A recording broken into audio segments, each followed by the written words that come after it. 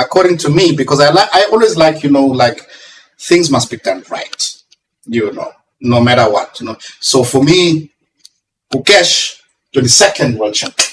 Okay, there we go. The world is not round, everyone. It's flat.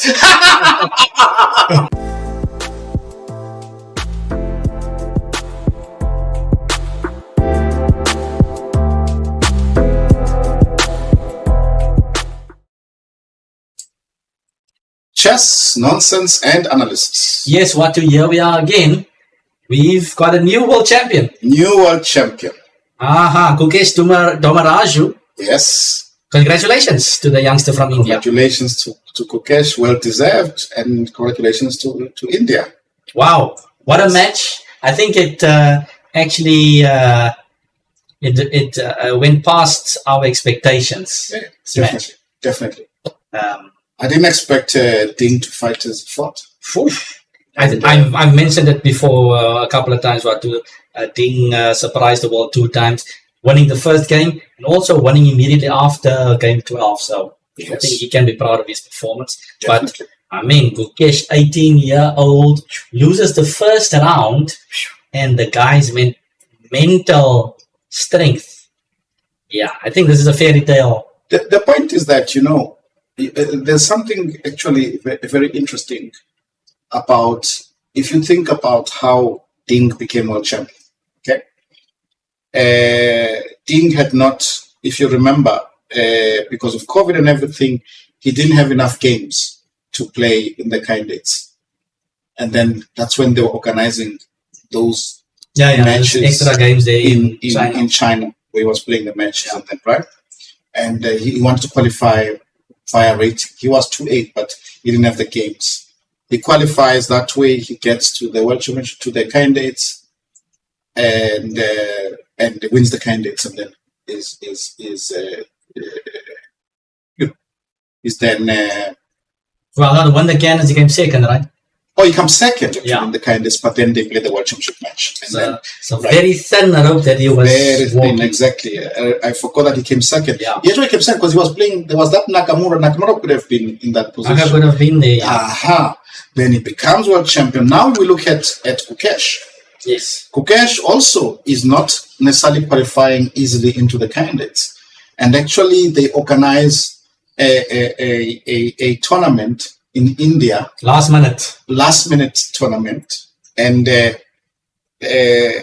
everything above board, and that opens a can of worms. That's when people are organizing and playing opens and everywhere and running around, and the people are calling it farming and everything, right?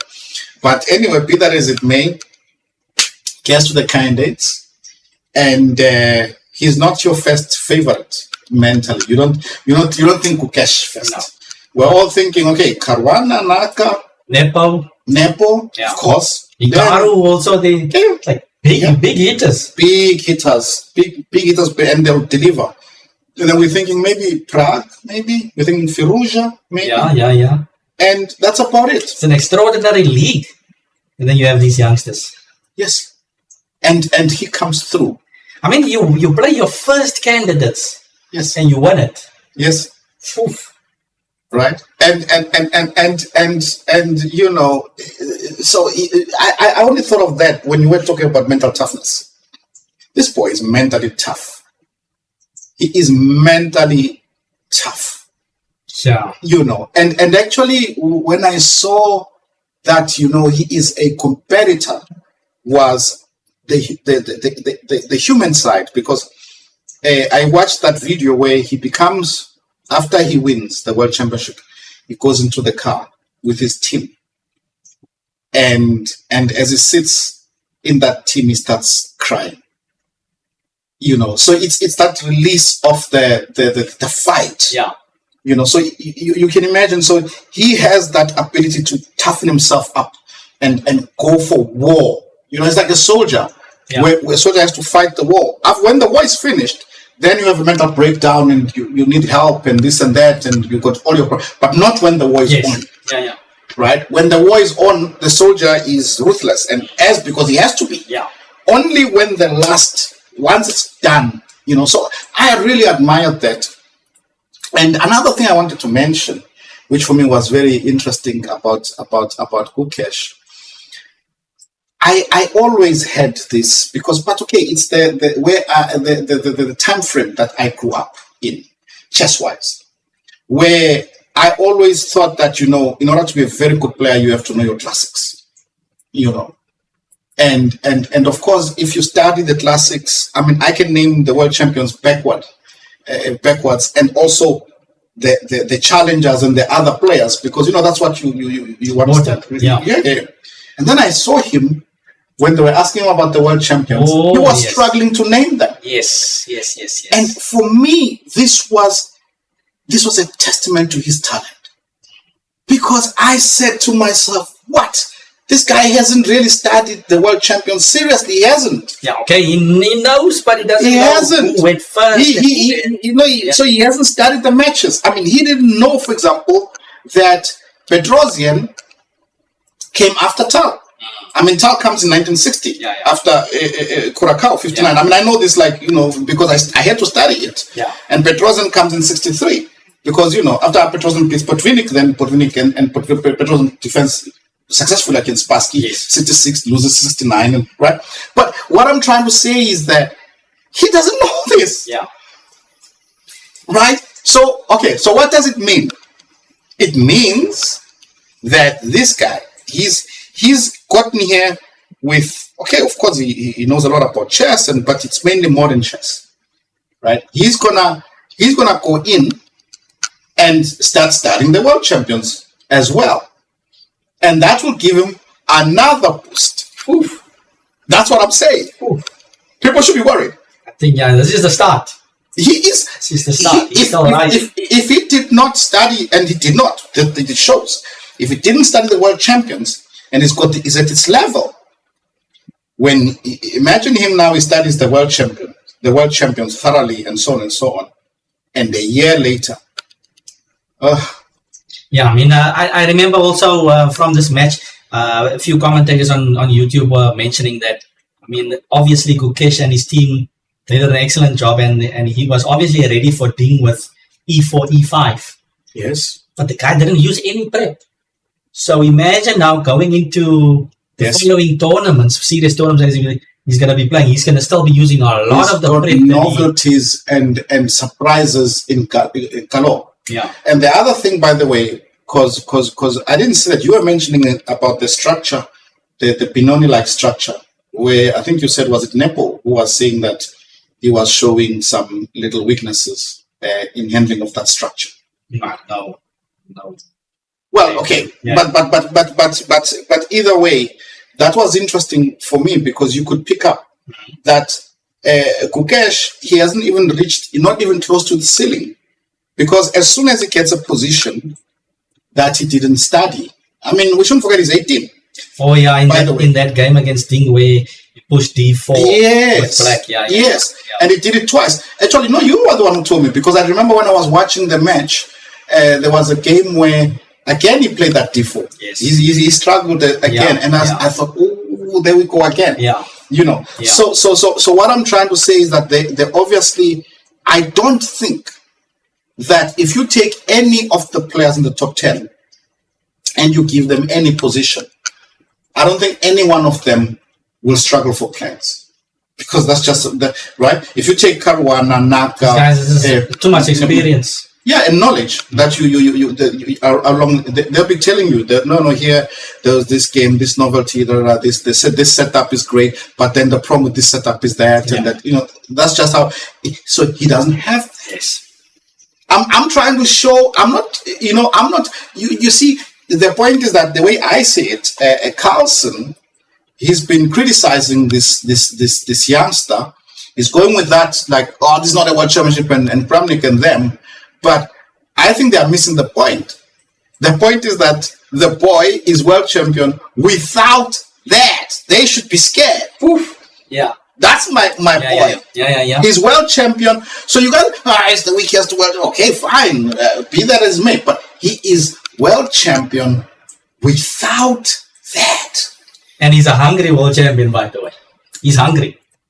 I think he said in his interview, he said he wants to play now for the next 20, 30 years. He's just said, look, this is a guy who's just become world champion. He said, I'm world champion, but I'm not the strongest player. So, just danger. I mean, who wants to face a monster like this? Danger. You take 99% of the people in the world, when they've just gotten the title. I'm saying I'm world champion. I'm world champion, and I'm running with it. You know what I'm saying? Right? He actually is saying, I'm world champion. He's not on a mission. I'm not done. So I'm very much impressed by the young star. And you know what? I have to, I went first time to India in 1996. It was a Commonwealth, right? In Calcutta. Okay. And that time, I must paint this picture. That time, India has got 3 grandmasters. Anand, Dipyendu Barua, okay, and Kobese. Okay. And, so in the opening ceremony of the Commonwealth Championship, I think it was Koya, but I'm not sure, but he was the president of the All India Chess Federation then. He boldly says, in like opening ceremony, we're all sitting there as well. He says, they are going to produce, their next aim is to produce 100 grandmasters. Okay. But now this is a country that has 3 grandmasters who are a bit on the older side, and so on. My thoughts when I was sitting there, I'm thinking, oh God, this guy's crazy. No, I'm being honest. This is what I thought when I was sitting there. I thought, 100. Which year is this? 1996. I thought this guy is crazy, right? I thought this guy is crazy. Actually, there are 2 things I want to say. And then now, come on, 100 is nothing. They are, I think, on 80 something. They are there. They're getting quickly. They're getting to 1,000. Yeah.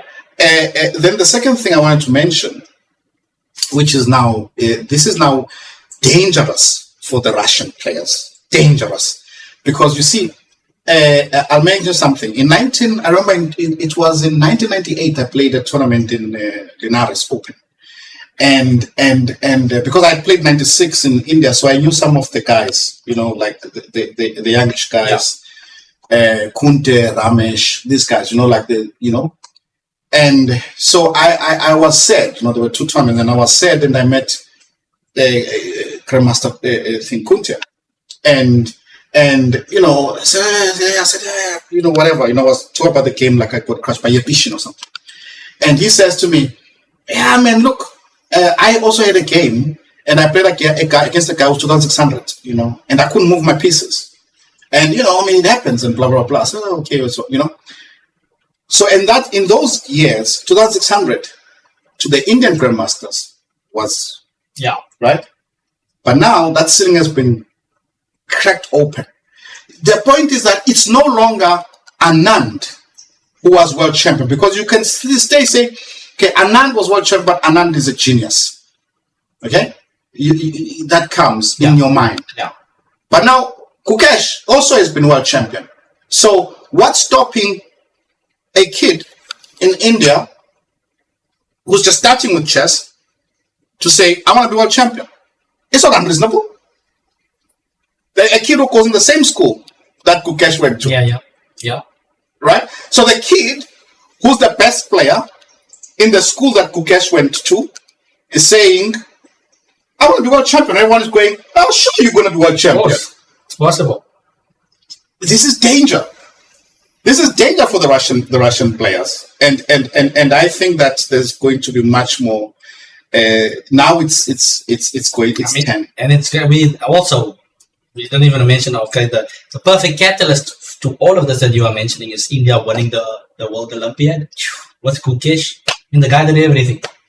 Did everything at 18. I saw an interesting interview. I think got a gold medal, right? For board 1. On board 1. Oh. Everything. He did everything for India. What? So there was an interview. I think they interviewed a friend of mine in chess, Farouk Amonatov, great player and coach. Yes. And they were asking him about this match, and then he was saying, if Gukesh wins, this before the match ended. If Gukesh wins, what happens to the aspiring 21-year-olds? 21-year-olds I mean, if I'm 25, Watu, and I'm not a world champion yet. Gukesh is 18 and he's world champion. So you need to push now. Chess is getting younger. But okay, I think there's still lots of time for those youngsters. But of course, Gukesh has definitely set milestone there that people should be pushing from an early age. So yeah, that's amazing from Gukesh. Great match, comebacks, and from both players.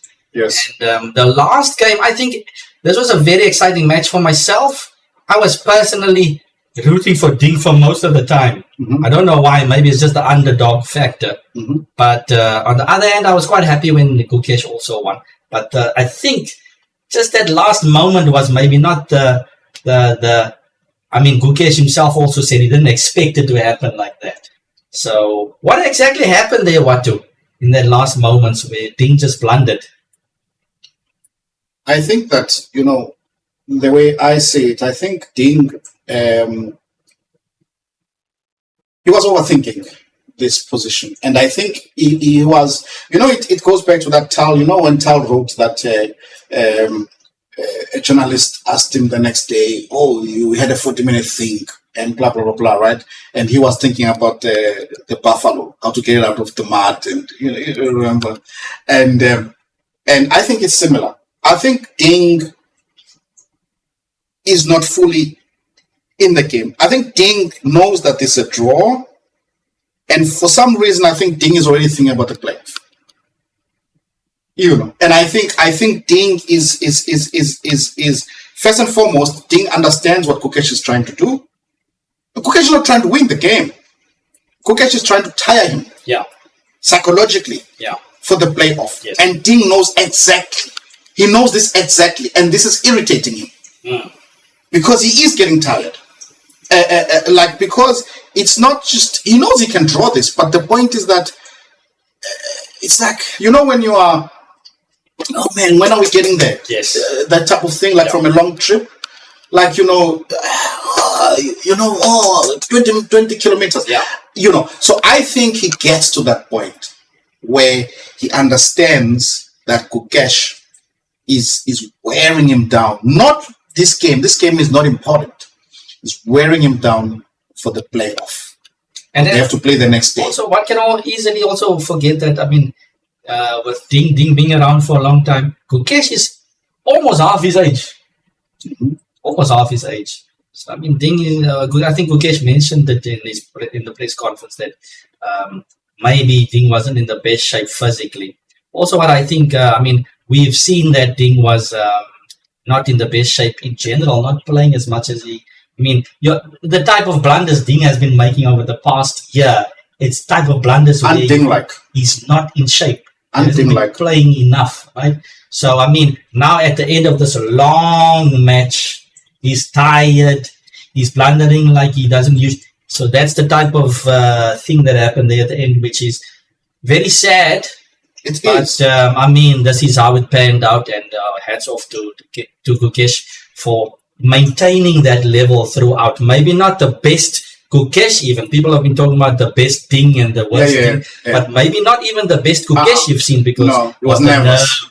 But Gukesh maintained a certain level to go over Ding. You know what? The thing is that many viewers will have looked only at the World Championship, and that's normal. In other events, sporting codes, I may not know the I'm not like the fans who are there. I'll just know like the World Championship, whatever. I'll just watch, But what the many viewers may not know is that before COVID, and I'm being dead serious, before COVID, in my mind, and not only in my mind, it was a fact for me. There was one person and one person only who was going to give Magnus Carlsen a run for his title. And this guy, by the way, had beaten Carlsen numerous times in active play. Yeah. In 30, because Carlsen had won, by the way, let's not forget this also, he won his World Championship matches via playoffs against Karyakin and against Karwan. Yeah. So the point is that here was a guy who was not going to be weaker than him. In rapid. Yeah. So this was the thing. And he was 2'8". He was second best player in the world and beating Carlsen in some tournaments, winning tournaments. This is the player we are talking about. Yeah. And then after COVID, whatever happens, and he's never been the same. Yeah. He's never been able to get to that level. He's still ridiculously that player is strong. not blundering in the last game like this. That player. It's like that's what they are. One eye closed. That player. I'm not taking anything away from Gukesh, Of course. but that player would have forced Gukesh to bring more, because any chance that Gukesh was giving, which he was, that player would have been putting those points away. Yeah, for sure. That player, those little advantages that thing was, quickly exchanging to have. Yeah. That player would not have done that against Magnus Carlsen at Carlsen's best. Yeah. So it is what it is, but nonetheless, let's not be too harsh on Gukesh. I'll remind anyone who wants to argue that Garry Kasparov, one of the best chess players ever, arguably, if you're counting best, is definitely the top 5. Kasparov, you're putting him there. In his match against Anatoly Karpov in 1984, Kasparov is 5-0 down. 5-0. 5-0. 5-zip. With a few draws. He was 5-0 down. He could have been beaten. The only reason why Kasparov was not beaten 6-0 is not because of Kasparov. It's not. The only reason why Kasparov was not beaten 6-0 is because Karpov got tired. That was the only reason. Karpov just, he just got tired. The thing. But Karpov, play-wise, he would have put him away 6-zip. And Kasparov was 22. Mm-hmm. This guy is 18. Yeah. I rest my case. Yeah, and just by the way, the actual we've been staring at the moment where Ding actually blundered blank. Ding played Rook F2 here, and of course after the trade of rooks, Black could actually trap the bishop in the corner and force the trade. I want to talk about this moment as well. Yeah. Let's go to Rook F2. Yeah. By the way, when Rook F2 is played, I was watching this live. All right. I'm dismissing all this thing about it was you could have seen it. And Rook F2 was played. I didn't see any blunder thing. Right. Okay, Rook F2. I was okay because this guy maybe Rook B3, whatever, right to attack, whatever. And by the way, Peter Leko, the guy drew against Kramnik in the World Championship match. He didn't see it immediately. In the channel I was watching, it was Naroditsky. And he saw it only because the evil bar dropped. So he said, the evil bar has dropped. And then we all looked. Of course we saw it then. After the evil bar drops, it's like someone tells you mate in whatever. Yeah. Then you find it. You find it. Right? Yeah. Right? It actually even shows something amazing though about Gukesh, because he doesn't know about the evaluation bar. You really have to think about it. Yep. Right? Because it's a draw. I really admire that if you think about it. It's a draw, and he knows it's a draw. And Ding knows it's a draw. And he knows it's going to the playoff. And Ding blunders. But Ding doesn't signal, I'm blundering now. Right? Ding blunders, and then Gukesh realizes it and he starts calculating. And of course now Ding knows that he's seen it. And that's when now Ding starts panicking and everything. Yeah, then you start seeing physically, you know. Yeah. Yeah. No, I mean, it's off to Gukesh. Yeah, he said that he was going for rook b3 first, and then he realized he's trapping the bishop. So They knew. What a moment, yeah. For Gukesh, for Indian chess, and yeah. So yes. So I'm sure that India is going to carry this banner or flag of chess nicely now for future to come. One thing that I was thinking now, one thing that I wanted to ask is, who do you think now, if you had to take a guess, I think this is a difficult one, especially with the youngsters coming up. Who do you think is the next challenger? Is he going to be part of the old guard, or are you going to see someone popping up now, shooting past? Okay, I'm going to put my head on the block. I'll tell you the next challenger is. Youngster? Of course. But I'm going to tell you who it is. If you want to know, if you're interested, you can ask me. I'll tell you. I can take a guess. If you're interested, I'll tell you. I think nowadays, with this era of chess, let me ask a relevant question. Sure. First, categorically. Sure. Is he from India? No. Okay. Fallujah? No, never. Never Fallujah. Abdusattorov. Next World Championship match. Okay.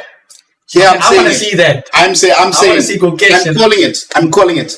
The next World Championship match, Gukesh versus Abdusattorov. Because Abdusattorov has got nerves of steel. Yeah. You know, the thing is that with all those loops that you have to go through, you know, the thing, this guy must draw and this guy must do this and this and in the candidates and this and all of that and then, or just to get to candidates, the Swiss thing, I must win now to get this, that. I really respect Eric Gaisi. I think he's a super talent, but I am a little bit worried. He hasn't been put to the test, and I'm suspect that it could be an unfortunate thing like what happened to Aronian. What happened to Ivanchuk? Like, you've got super talents, but when it counts the most to deliver, it's just not coming because of the nerves. But I'm saying one guy I know for a fact, and he's strong enough that he's going to get that chance. You just have to give him one chance. Yeah. He's going to take it and he's going to run with it. And he's the next challenger. In my mind, that's the guy. That's a good prediction. I like that prediction. That's the guy. Okay. So there we go. Who do you think, viewers? Who do you think? Throw in the comment section. Who do you think is the next challenger? I think that would be entertainment. So they say that okay, this is quite appropriate. Sorry, and Abdusattorov, by the way, will have Kramnik in this corner. Oh, sorry. nice. Kramnik will soon be nice. Yeah, that should be interesting. And under Kramnik. But okay, like they said, like Gary Kasparov, of course, people know that Gary was a bit superficial, not superficial, superstitious or superficial. He comes with this number 13. Yes. 13th world champion. Oof. So on. Oof. Now, in the press conference, they also asked Ding, by the way, are you so superstitious? Right. Something. And he said, not really, but if I had to pick a favorite number, 17. Because I'm the 17th world champion, that's what he said. And of course, a lot of people talking about Gukesh. Just turned 18 this year. And he's now the 18th world champion. I'm happy you brought that up because, interesting enough, so the one person, well, for me, who was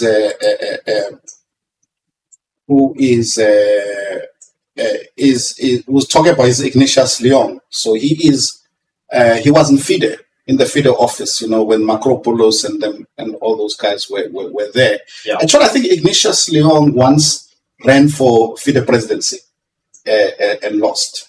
Okay. Yeah. So anyway, he knows FIDE inside out. And in his Facebook post, he posted, and I read it, and I had to even comment because it made so much sense. And he said, look, FIDE is having amnesia. Because you have to remember now, for the viewers, there was a moment where Kasparov broke away from FIDE. PCA. and formed PCA. This was like around 93, right? Well, before maybe a little bit, but in 93, he plays a match against 93 short. Against Nigel Short, and both of them are outside FIDE. Yeah. Right? And then the world champion then FIDE has no world champion. And FIDE organizes a match between Karpov, who was the finalist to play against Kasparov, and the guy who lost in the kindest final or whatever, which was Jan Timman. So Karpov plays Timman.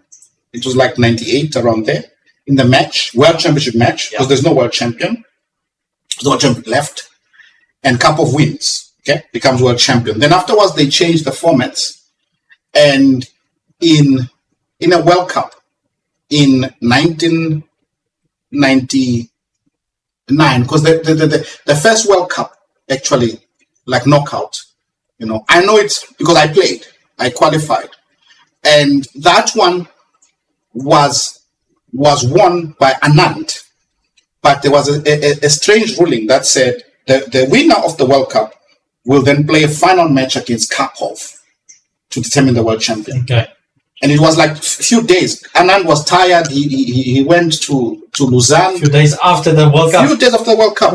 World Cup was like a whole month or something. Yes.